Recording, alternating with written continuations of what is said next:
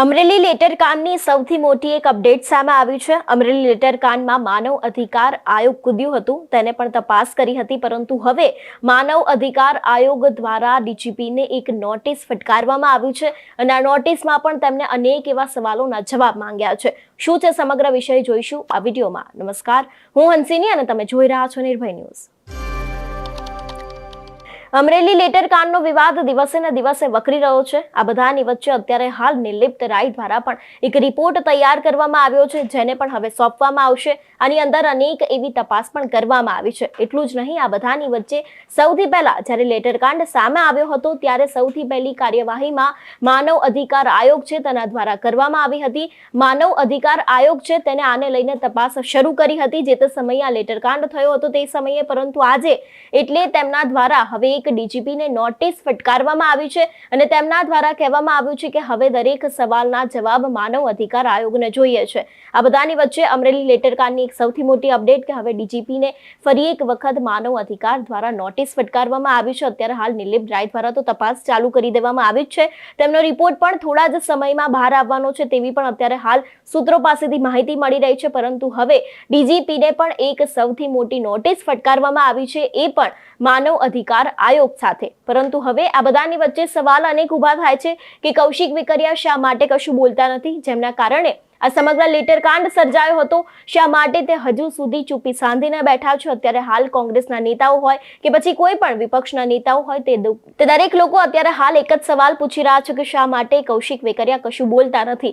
કોંગ્રેસના નેતાઓ પણ અત્યારે હાલ એક બાદ એક મેદાને આવી રહ્યા છે, તે લોકો પણ આ સવાલનો જવાબ માંગી રહ્યા છે। એટલું જ નહીં, નિર્લિપ્ત રાયની જો તપાસ વિશેની વાત કરવામાં આવે તો નિર્લિપ્ત રાય છેલ્લા ઘણા સમયથી અમરેલી આવી પહોંચ્યા છે।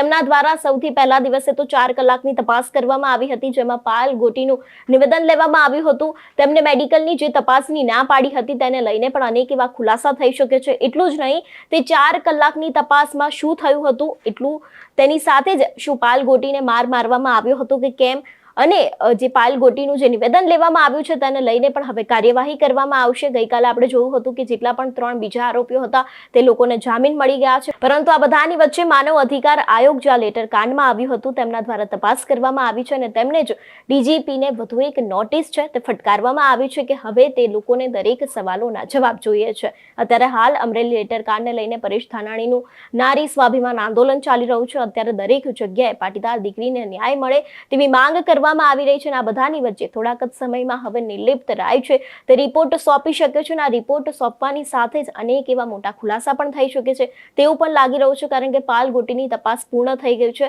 પાયલ ગોટી દ્વારા જે તે નિવેદન આપવામાં આવ્યું છે તપાસમાં, તે દરેક નિવેદનો ઉપરથી હવે એક ચોક્કસ રિપોર્ટ બનાવવામાં આવશે અને આના ઉપરથી સાબિત થશે કે શું અમરેલી પોલીસ વાંકમાં છે કે કેમ, અને અમરેલી પોલીસ વાંકમાં હશે તો શું તેમનો વરઘોડો નીકળશે કે કેમ, તે દરેક સવાલોના જવાબ જ્યારે નિર્લિપ્ત રાયનો રિપોર્ટ સામે આવી જશે ત્યારે ખબર પડવાની છે। હવે જોવાનું રહેશે આગામી દિવસોમાં કે જે આ અમરેલી લેટરકાંડનો મુદ્દો છે તેને લઈને કોઈ વધુ અપડેટ આવે છે કે કેમ, તેની સાથે જ જે રિપોર્ટ સોંપવામાં આવશે તેની અંદર શું કોઈ મોટા ખુલાસા થશે કે કેમ, તે પણ હવે આગામી દિવસોમાં જોવાનું રહેશે। તમારું શું માનવું છે આ વિષયને લઈને અમને કમેન્ટ કરીને ચોક્કસથી જણાવજો। તેની સાથે જ મારી ચેનલ નિર્ભય ન્યૂઝને લાઇક, શેર અને સબસ્ક્રાઇબ કરવાનું ભૂલશો નહીં। નમસ્કાર।